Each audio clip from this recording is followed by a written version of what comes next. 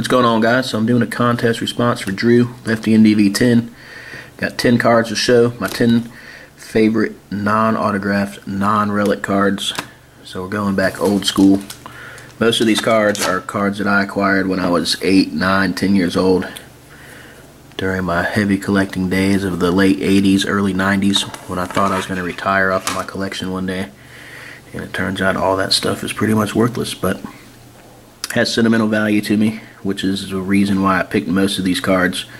Most of them I did pick up as a kid and kept them in perfect condition, and glad to still have them in the collection. Now I'm going to show this one first just because I want to get it out of the way, because I think if you have this card in your collection, you have to show this card, the 89 Upper Deck Ken Griffey Jr. rookie card, card number 1. Don't really need to talk too much about that card. Like I said, if you have this card and you're making a response to this contest, this card is in your video.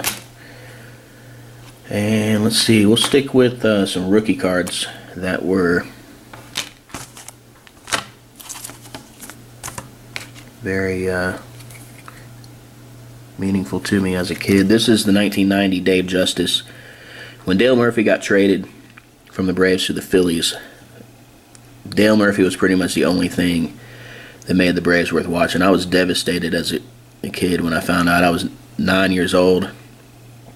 My favorite player just got traded, but Dave Justice stepped right in, took over right field, finished off the second half of the 1990 season with unbelievable numbers, won Rookie of the Year, and before I know it, I've forgotten about Dale Murphy, and Dave Justice becomes my new favorite player. And I wanted his rookie card so bad, but this was a $20 card at the time, and I didn't have the money, so I stole the money from my mom.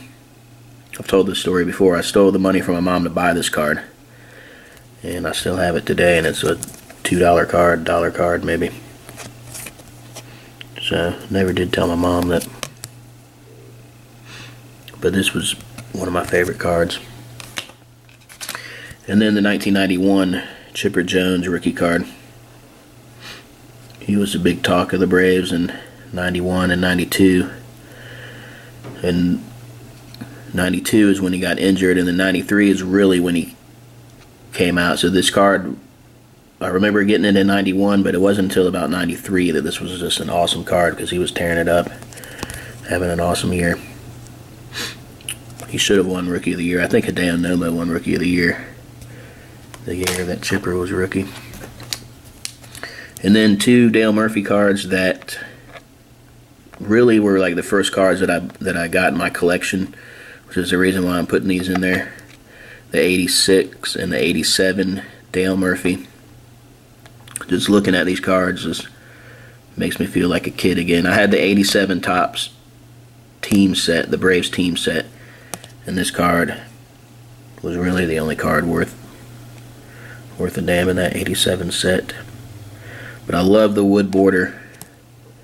I love the pose and the picture of him running out of the batter's box, and these are just classics right here. Love those cards. And then this was one that I did not have as a kid but always wanted. Finally picked one up about 5 years ago when I got back into collecting. I think I'm like a lot of collectors my age, where I collected real heavily as a kid until I was about maybe 12 years old, 13. And then just kind of lost interest in it, got out of it, and then I came back to it later on when I was actually making money and could go back and buy the things that I wanted. But I bought an 8 originally when I bought this, and Drew actually upgraded this for me for Christmas, so it's a 9. It's a beauty. Perfect card. Love it. Of course, I love that logo right there. So I had to throw that one in there. And then sticking with graded rookie cards, I'll show these 2 right here. This was one I also picked up about 5 years ago when I first got back into collecting.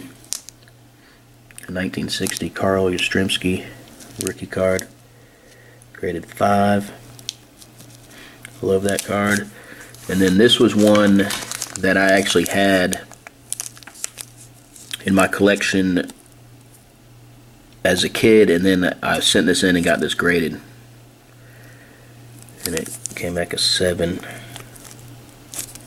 The whole grading, the card grading thing was really what got me back into collecting to begin with.